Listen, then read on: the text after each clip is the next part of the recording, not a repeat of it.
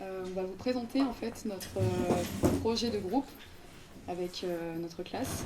Et on commence par la première question qui est la question majeure en fait de notre atelier qui est comment concevoir dans l'incertitude et face à une complexité croissante. Face à cette question, il y avait Francis Blanche qui disait que face à un monde qui change, il faut penser le changement et pas changer le pansement. Et donc, nous, on a pensé donc directement à l'idée de réversibilité des lieux qui permettait en fait de pouvoir évoluer avec le temps. Réversibilité, donc c'est un mot qui fait écho aussi donc au premier projet à un des projets de Cédric Price qui était le Fun Palace, qui fait également écho au projet de Breteur avec la résidence étudiante qui permettait en fait de modifier des parkings pour les changer en logement. Et surtout, l'autre acte majeur dont on devait faire attention, c'était à la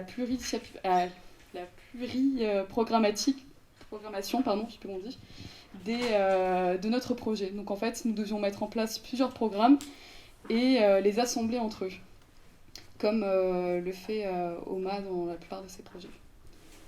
Je vous laisse passer.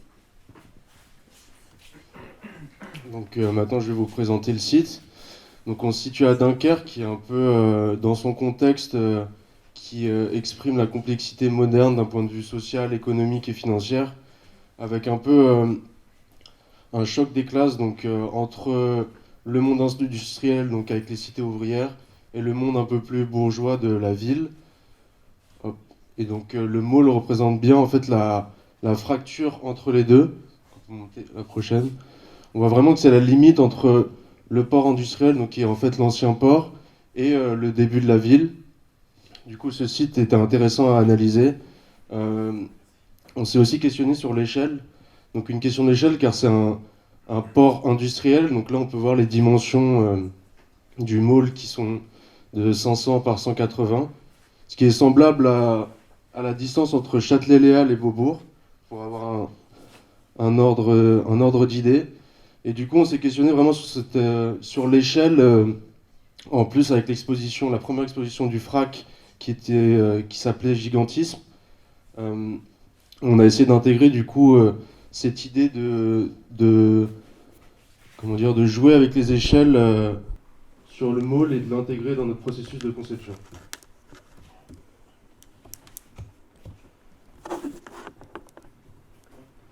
Alors, pour les programmes, le choix de programme vient de la résultante d'une analyse qu'on a fait sur Dunkerque. L'idée est de vraiment représenter les éléments principaux à Dunkerque, comme le sport, l'art et la musique, etc. Et l'idée là est de complexifier le programme tout en venant ajouter des éléments comme des éléments de bureau, des logements et d'autres fonctions pour compléter tous les programmes principaux et animer l'espace. Quand on peut voir le programme, on a décomposé les diagrammes en mètres carrés en volume, volume en mètres cubes. Quand on peut voir les logements et les salles de sport et les musiques prend une dimension une surface assez grande dans le projet. Mais par contre, en volume, on peut voir que les surfaces diffèrent un peu, tout en travaillant sur les volumes et les hauteurs sur plafond. Quand on peut voir les salles de sport, ils ont un volume assez intéressant. Quant à la salle de natation, l'auditorium, etc. Et là, on peut voir, on a classé en ordre les différentes fonctions en mètres cubes. On peut voir l'amphithéâtre, il a un volume assez intéressant. Quant à la cage scène, etc. Sport, galerie d'art, ainsi de suite.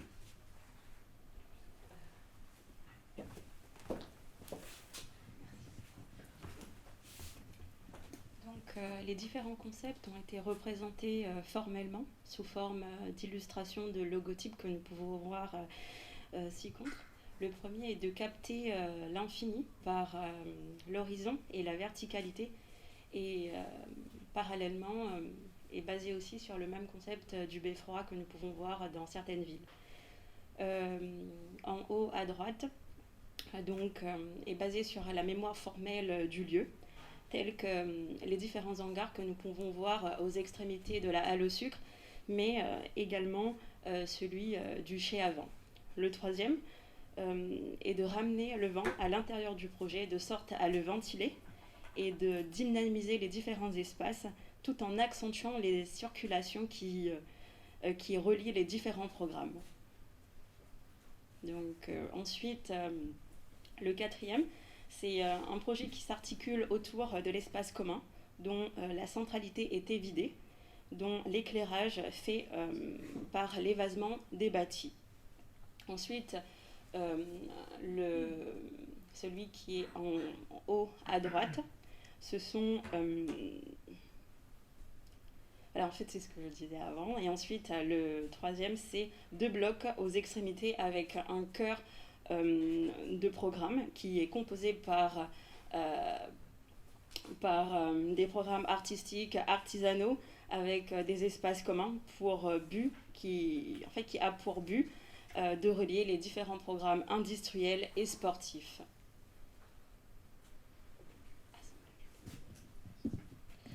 Donc, pour parler des assemblages, donc en fait, on voit que les programmes, ils requièrent une multitude de les projets requièrent une multitude de programmes différents. Donc voilà, on peut voir que en fait, ensuite, ces programmes, dans la plupart des projets, on va les regrouper sous forme d'un volume plutôt compact, qui va être organisé soit verticalement, soit horizontalement, dans le but de conserver les contiguïtés et les connexions visuelles entre les programmes.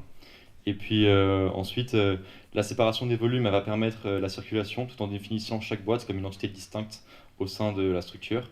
Et à l'intérieur, cela fournit donc des espaces individuels et communs, qui forment un plan urbain à l'échelle d'un bâtiment. Donc voilà, là on a par exemple un exemple d'un projet en question. Là on a un autre exemple, par exemple, où du coup les programmes s'organisent verticalement dans un système d'enroulement, voilà, donc, qui correspond à la tour. Ici donc on a mis donc, des axonométries éclatées de chaque programme, avec les surfaces en mètres carrés. Et effectivement, comme dit précédemment, on va avoir un programme donc, ici, donc, qu'on a vu voir dans les concepts, qui s'organise autour d'un cœur avec donc, des espaces communs et locaux d'artistes et artisanaux. Et en fait, on a des blocs qui viennent se caler aux extrémités. Un peu pareil pour le principe d'un autre projet qu'on peut voir au fond, où l'espace central du projet, c'est donc une cage de scène sur laquelle viennent se greffer différents programmes. Voilà. Et donc voilà, toujours dans le même principe d'avoir des espaces communs et donc on a des programmes qui viennent se greffer tout autour. Voilà. Donc cette partie est dédiée à la circulation qui compose les différents projets. Donc ici en fait nous avons 2 projets dont le concept de circulation est plus ou moins similaire. Et le principe est d'avoir les programmes en fait qui fonctionnent comme des boîtes au sein d'un même volume, reliées entre elles par des coursives intérieures, donnant sur un grand vide, accueillant des espaces communs. Et aux extrémités du projet, on peut aussi trouver des espaces communs extérieurs. Et dans ce projet, le principe est le prolongement des dessertes en direction du nord.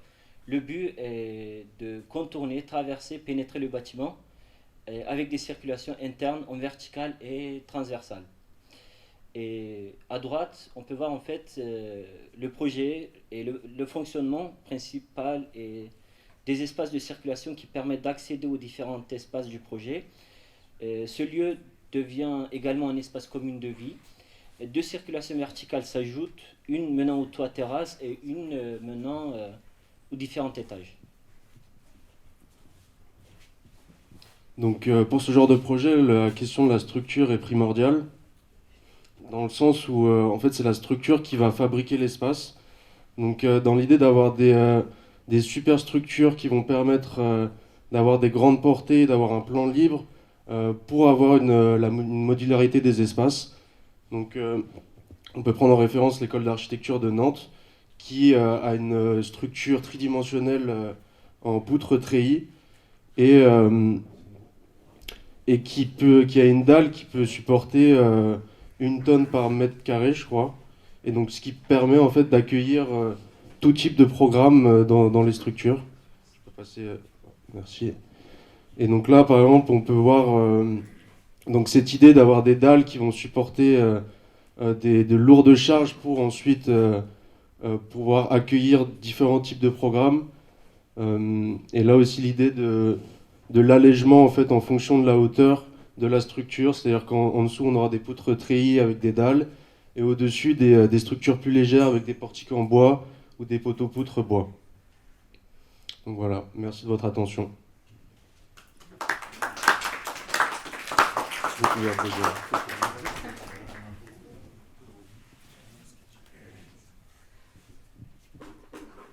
Des réactions?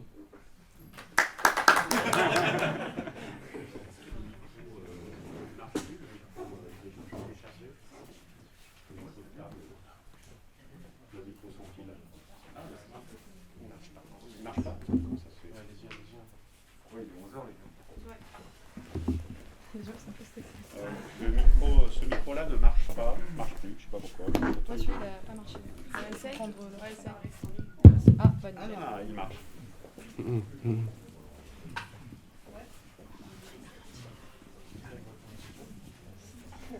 Le titre de votre groupe de projet, c'était Super Support.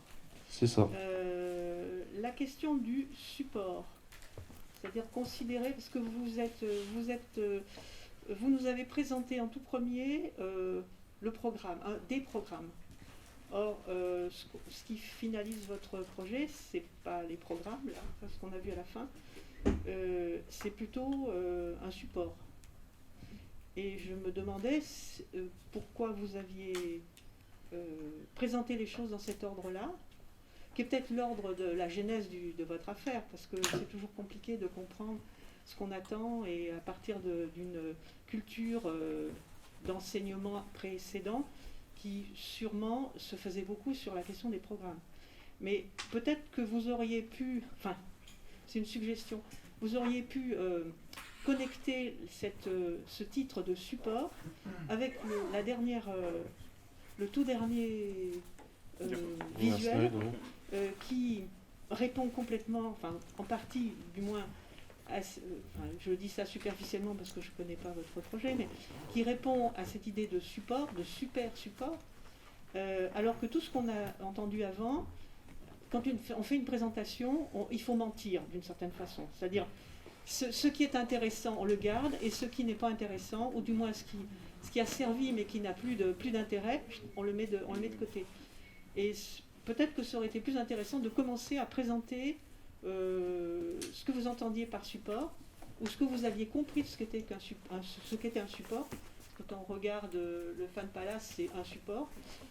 Et le dernier visuel est plus intéressant parce que c'est un espace du commun, d'une certaine façon, avec une différenciation par la qualité des supports et pas par la programmation. Vous comprenez ce que je... Oui, bien sûr.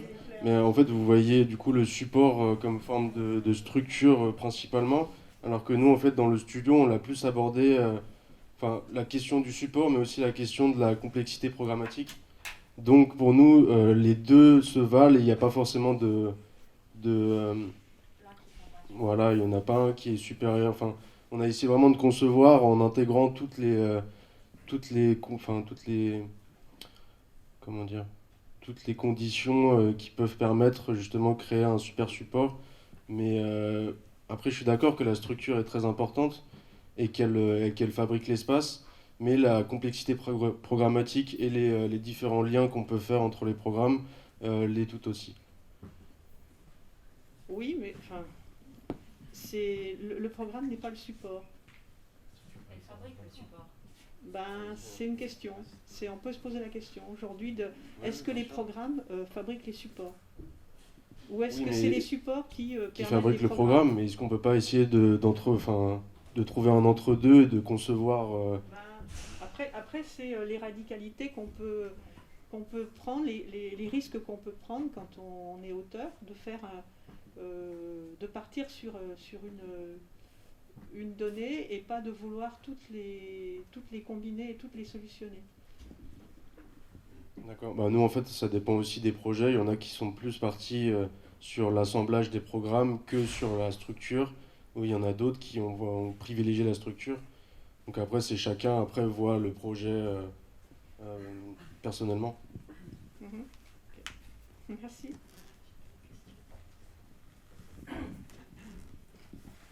Oui, puisqu'on est sur la question des supports. Alors, moi, je voyais une autre... comment dire le mot support, pour moi, faisait référence à autre chose. On a tous nos obsessions, hein, mais c'est le sol, vous l'avez compris. Et je me demandais,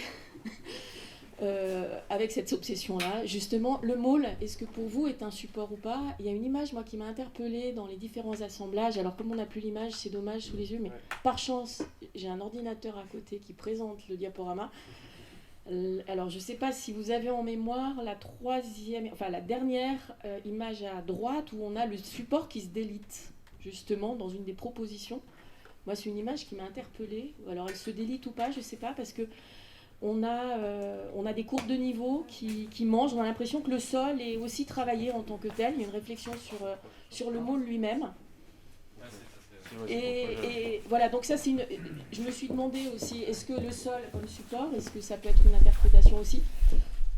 Les autres supports, c'est-à-dire tout ce qui existe sur place, est-ce que pour vous ça peut être des supports? Voilà, si vous interprétez la question du support, moi j'avais, par rapport à ce thème et cette entrée-là, moi j'avais d'autres imaginaires en tête. Possible, hein, ça ne valide pas les vôtres. Non, bien sûr que la parcelle sur laquelle on se trouve est un support en tant que tel aussi en soi. C'est d'ailleurs pour ça justement que moi j'avais travaillé aussi une sorte d'aménagement urbain autour, parce que je trouvais que c'était aussi important de faire participer donc le sol sur lequel on se trouve, mais pour répondre à votre question. C'est une question ouverte, hein, c'est plutôt pour voilà, si c'est pas. C'est pas pour vous répondre. Mais peut-être oui, si. Je ne sais pas, c'est par exemple cette proposition là, d'où vient cette. C'est vous qui avez cette proposition. D'accord. Ça. Et vous pouvez nous expliquer peut-être. Non, en fait, dans le principe, donc c'était vraiment que je pars d'un assemblage de différents programmes. J'en crée un volume plein. Et ensuite, ce volume, je le modifie parce que donc, je m'adapte à la parcelle sur laquelle on se trouve et aux lignes de la parcelle que je trouve importantes ici. Donc dans les parallèles, etc. Et les lignes des halles déjà présentes. Et ensuite, donc, ici, donc, je viens créer donc, des trous dans le bâtiment pour créer apporter de la lumière au sein des programmes parce qu'on a quand même une certaine largeur dans ce genre de bâtiment. Et en fait, donc, ce que je fais, c'est que j'oriente les programmes vers, donc, par exemple, le sport, j'oriente vers la ville, et les bureaux et l'espace de production, je les oriente plutôt vers le côté usine. Et en fait, le lien qui vient vraiment créer la centralité, c'est plutôt l'art et l'artisanat, qu'on peut retrouver aussi sur la parcelle avec en rue, fructose et autres. Et en fait, tout autour de ce bâtiment, donc je viens en fait ancrer ce bâtiment dans la parcelle en question par une sorte d'aménagement urbain qui va permettre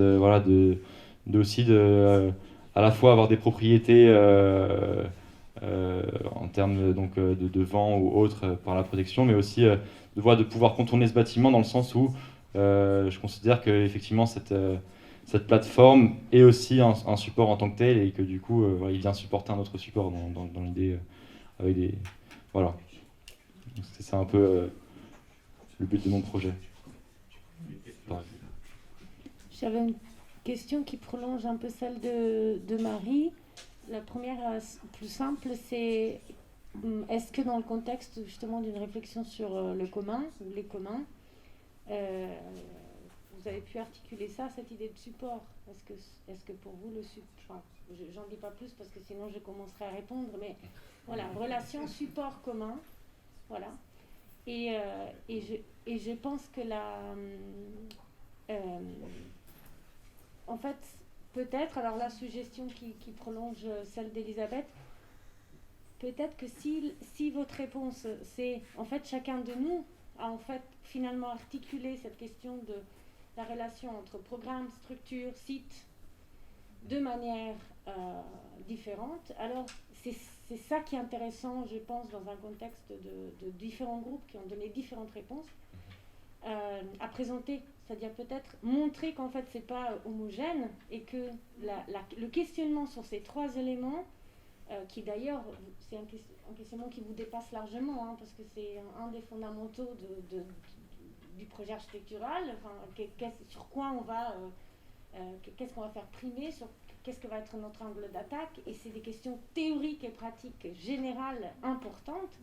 Et donc, vous devez vous emparer, il faut les travailler, parce que ça va vous permettre, non pas de vouloir faire de la médiation, c'est-à-dire de dire chacun peut faire, mais non, de comprendre comment vous vous situez, quel architecte vous voulez être dans ce contexte-là. Et donc, suggestion de présentation, montrer que dans cette question commune, chacun se situe différemment.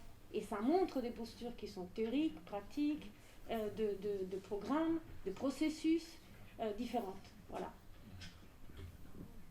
Est-ce que je peux ajouter des choses ?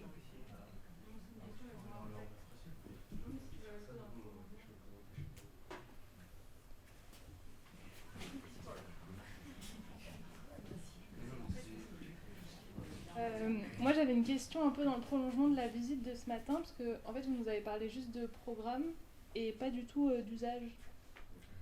Et donc qu'en est-il des usages dans vos projets ? Vous parlez d'usage.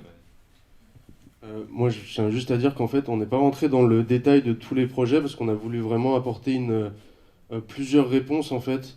On aurait pu présenter tous les projets séparément, mais on vous aurait pas eu tous les questionnements en fait qu'on a eu dans ces projets et dans ce studio et dans cette complexité. Du coup, c'est pour ça qu'on a décidé de vous faire une présentation générale en présentant à chaque fois les meilleurs éléments qui exprimaient le mieux les idées qu'on a voulu exprimer. Du coup, c'est pour ça qu'on ne peut pas voir chaque projet individuellement. Mais oui, ils ont tous des spécificités, chacun a son rapport au site. Par exemple, il y en a qui vont créer une passerelle au-dessus du môle 1, d'autres qui vont créer un accès en bateau. Mais en fait, c'est aussi la contrainte de temps, le fait qu'on ne puisse pas rentrer dans le détail de chaque projet. Et c'était pour vous présenter plus un travail global en fait, de notre groupe. Donc c'est pour ça que dans le travail du commun, parce que tout le monde a réfléchi son projet en fait, individuellement. Du coup, mais on a quand même eu la même base et le même sujet. Et donc on n'a pas vraiment on n'est pas rentré dans le détail de chaque projet, c'est ce qu'on a essayé de faire avec le concept, donc essayer d'exprimer notre projet en une phrase, mais sinon on a essayé vraiment d'unifier et de mutualiser nos différentes présentations. Moi j'ai l'impression, j'aurais une question ou une réflexion en fait aussi sur cette affaire de super support, sur la manière de la comprendre et de l'interpréter. En fait, je dirais que si moi-même j'étais affronté à cette question-là en projet, je serais tiraillé entre deux possibilités ou deux références. Il y en a une, je renverrai peut-être à cet excellent article de M. Fontenat, cette contribution dans un ouvrage consacré à l'APFAC, où tu parlais, si je ne me trompe pas, du sol comme condition ultime de l'architecture. Tu es bien là-dedans ? Oui. Et en fait, il me semble que là, à travers l'expérience des radicaux, mais pas seulement les radicaux, je pense que déjà là, s'imprimait quelque chose qui était de l'ordre d'une réflexion sur ce que l'architecture de la plateforme, même en des termes peut-être impériens, mais enfin même de la plateforme, qui va chercher du côté de la logistique et tout ça, va travailler sur une sophistication sans cesse accrue de la planéité du sol, rigoureusement, avec des degrés de réglage, de tolérance extrêmement infimes, parce qu'on travaille sur la logique du fil au guidage et de l'automatisation. Ça, c'est une première chose. Et à l'opposé, à l'inverse, et ça traite également la même question, quand vous évoquiez Nantes, alors peut-être moins sur la question de la structure treillis, sur laquelle j'imagine que Romain va réagir, mais à Nantes, il y a un propos sur la démultiplication des conditions de sol. C'est-à-dire, en fait, c'est un 1000 plateaux, si on peut dire, en faisant une allusion à Deleuze et Guattari aussi, si on veut. Mais enfin, disons, il y a plusieurs plateaux, chaque plateau a la même condition, et qui multiplie ces conditions de possibilité. Et par ailleurs, vous savez bien, à Nantes, il y a toujours cette idée selon laquelle il y a le programme qui est standard, et puis il y a cette non-programme qui est son complémentaire.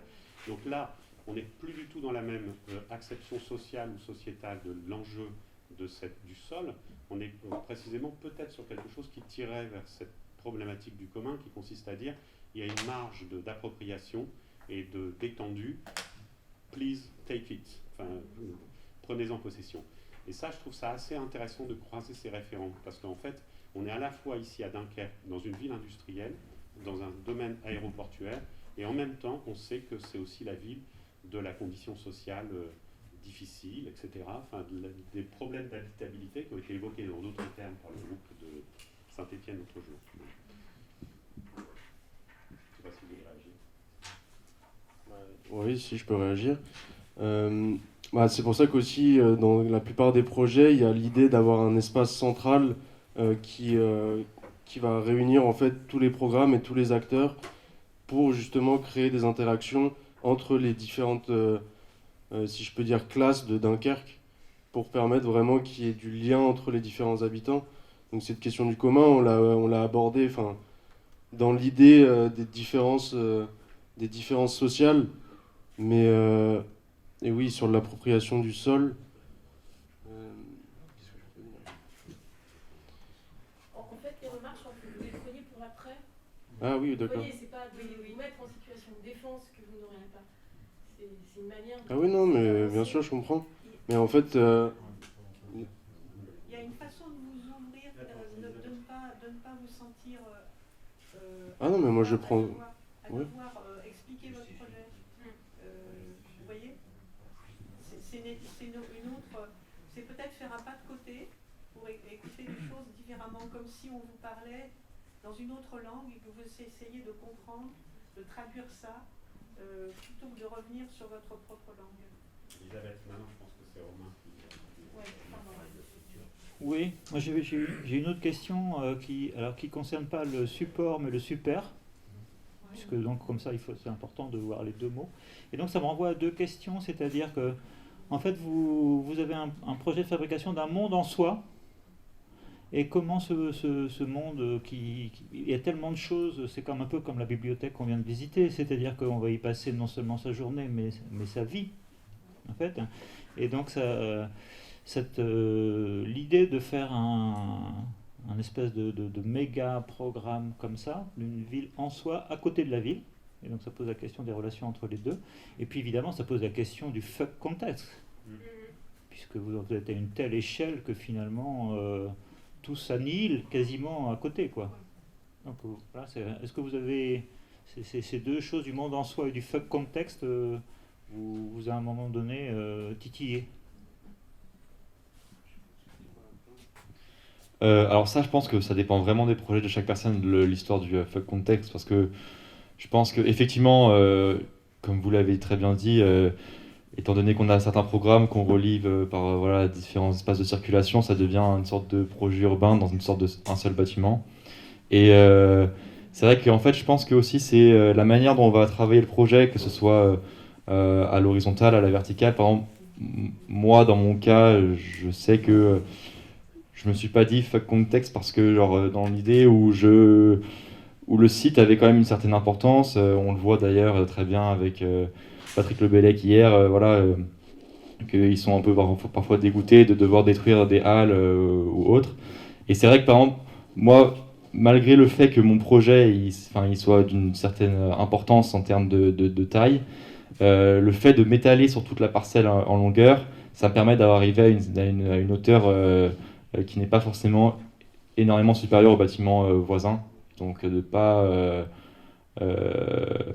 ne pas dénaturer un peu ce qu'il y a autour dans l'idée, quoi. Après, voilà, ça dépend, peut-être que tu veux parler.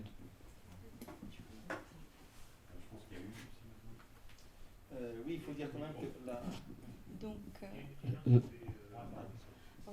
que moi personnellement en fait,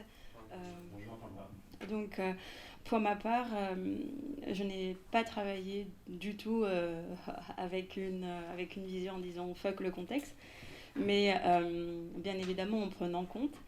Par exemple, j'ai proposé une tour dans laquelle il y a, dont le concept c'est l'enroulement, où les programmes vont se superposer et c'est une mixité programmatique qui a également en fait pour but de capter en fait l'infini et par l'horizon mais également par la verticalité, mais je prends en compte également en fait le hangar 4 là comme on dit, dans le projet. Et avec toute cette partie qui est à l'est en fait, du môle 1, je propose en fait deux halles où c'est poissonnière et maraîchère, et ensuite au-dessus on a tout ce qui est commerce, tout ce qui est musée d'art contemporain, Fab Lab, musée des ateliers également.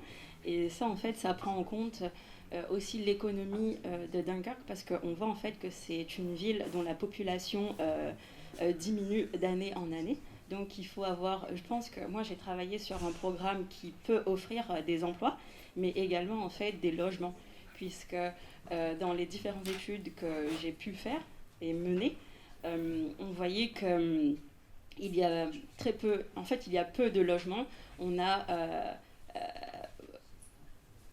J'ai pu voir que il y a des personnes âgées qui vivent seules, ou des personnes où les plus jeunes n'ont pas d'appartement, où il y a de plus en plus aussi de parents monoparentales, et pour ça en fait il faut de la place.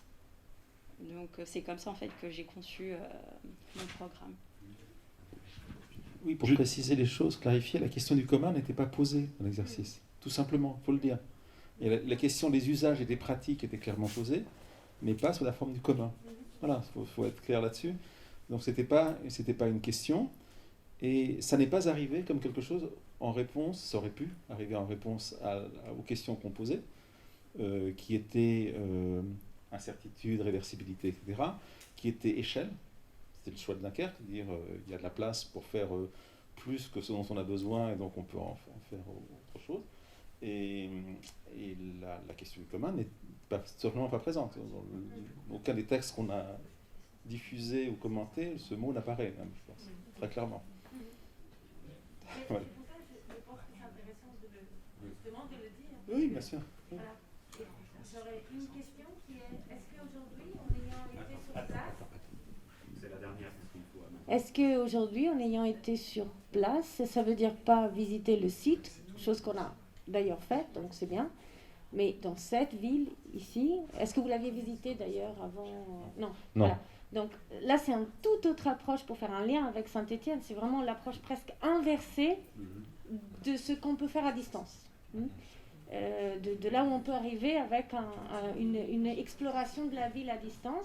Alors ma question, c'est est-ce qu'aujourd'hui, enfin en tout cas une question avec laquelle vous pouvez repartir, et nous de notre côté, c'est qu'est-ce qui changerait dans votre relation à ce lieu et à vos projections futures après cette visite et après cette expérience de Dunkerque, en termes à plusieurs échelles, quoi. Parce que, en référence à ce que vient de dire Romain, plusieurs de vos programmes aussi sont déjà présents dans la ville. Alors qu'est-ce qui se passe quand on les condense dans un isolat? Il faut toujours réfléchir, ce que je rajoute là, est-ce que je ne suis pas en train de l'enlever ailleurs? Et ça, c'est aussi une approche hyper importante, quoi. Donc c'est fac de contexte ou espace ou projet situé. Il y a autre chose que les slogans, quoi. Enfin, c'est aussi qu'est-ce qui va changer dans la ville et dans les trajectoires des habitants. Donc on vous laisse répondre et après on passe à Nantes.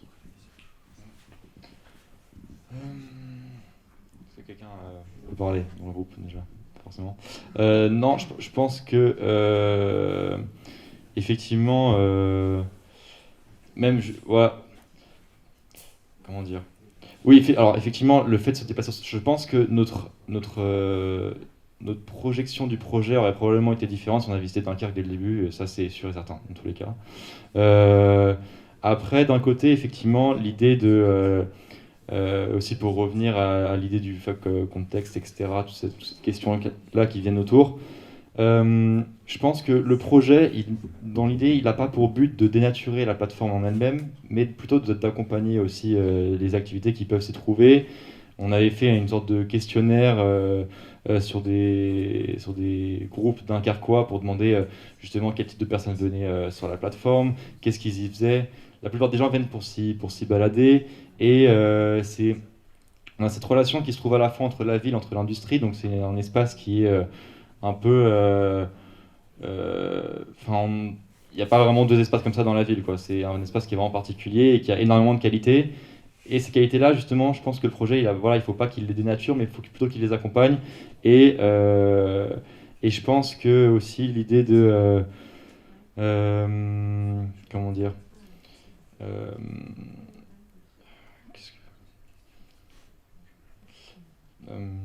non, je pense que ça va peut-être remettre en question certaines idées de projet et ça va apporter des modifications. Le fait d'être venu sur le site, ça, je n'en doute pas. Après, je pense que là, il faudra faire une sorte de point de toutes les remarques qu'on a pu avoir pour essayer d'améliorer le projet en question, parce que il nous reste quand même du travail et voilà donc. Voilà. Enfin, en tout cas, merci pour le support que vous avez présenté, qui a ouvert des débats qui, à mon sens, sont des vrais débats d'architecture et voilà, qui sont intéressants. Ouais. Non, c'est des questions complexes, effectivement.